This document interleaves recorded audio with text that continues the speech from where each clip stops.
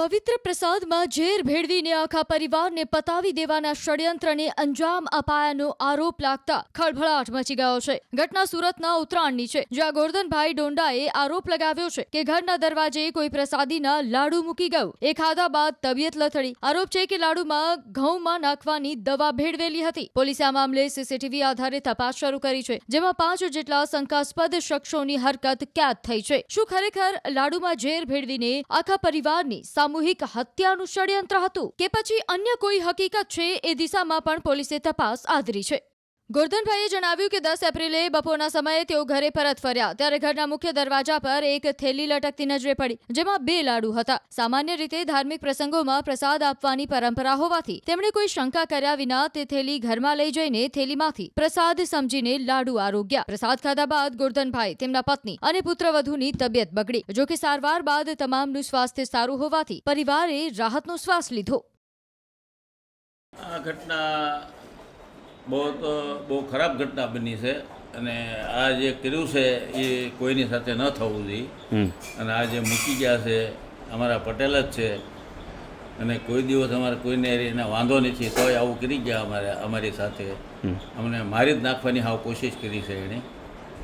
શું ઘટના શું બની હતી સર? ઘટના ત્યાર પહેલાં કોઈ જ નથી બની હતી, બસ એ લાડુ મૂકી ગયા અને એમે ખાધો। એટલે કેવી રીતે, મતલબ તમે નીચેથી આવ્યા અને શું જોયું તમે? એમ 3 વાગે 3:30 વાગે હું નીચેથી ઉપર આવ્યો એટલે લાડુ પડ્યા હતા। લાડુ પડ્યા એટલે હું લઈને અંદર આવ્યો। આ ઘણી વખત શું હોય કે કાંઈક સત્સંગને એવું હાલતું હોય તો કોઈ પ્રસાદી મૂકી જતા હોય, ઘર બંધ હોય એટલે પછી આપણે ઘરે લાવીને ખાતા હોય, પણ આ એક ષડયંત્ર હતું। બાકી આવું તો ઘણી વખત બનતું હોય। કોણે કોણે ખાધો તો? મેં ખાધો અને મારા દીકરીને વહુએ ખાધો। પછી શું થયું હતું? પછી 2 લાડુ હતા ને એમાંથી એક માલી તમે થોડો ખાધો, એક તો એમનો પડ્યો હતો, પણ જે ઝેરવાળો હતો એ જ ખાધો એમ।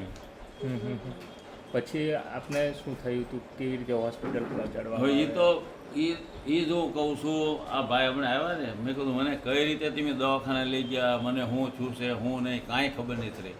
નીચે બેઠા હતા એમાંની મને એમને બોલવામાં ફરક પડી ગયો અને આમ લથડિયા ખાવા મળ્યો કે બીજા 2-3 ભાઈઓ ભેગા થઈ ગયા કે આ ભાઈ કે અર્જુનભાઈને બોલાવ્યા કે તમે તાત્કાલિક આવો, ગોરધનભાઈને હોસ્પિટલ લઈ જવા પડશે। મારા છોકરાઓ ફેક્ટરી હતા એને તાત્કાલિક બોલાવ્યા અને મને સીધો આપણે વિનસમાં લઈ ગયા। તો વિનસમાં આઈસીયુમાં જગ્યા નહોતી એટલે પછી ત્યાંથી અમે તરત કિરણ હોસ્પિટલમાં ગયા અને કાલે 4 વાગ્યે મને ખબર પડી કે હું હોસ્પિટલમાં છું એમ। ક્યાં મને ખબર નહોતી હું હોસ્પિટલમાં છું એમ।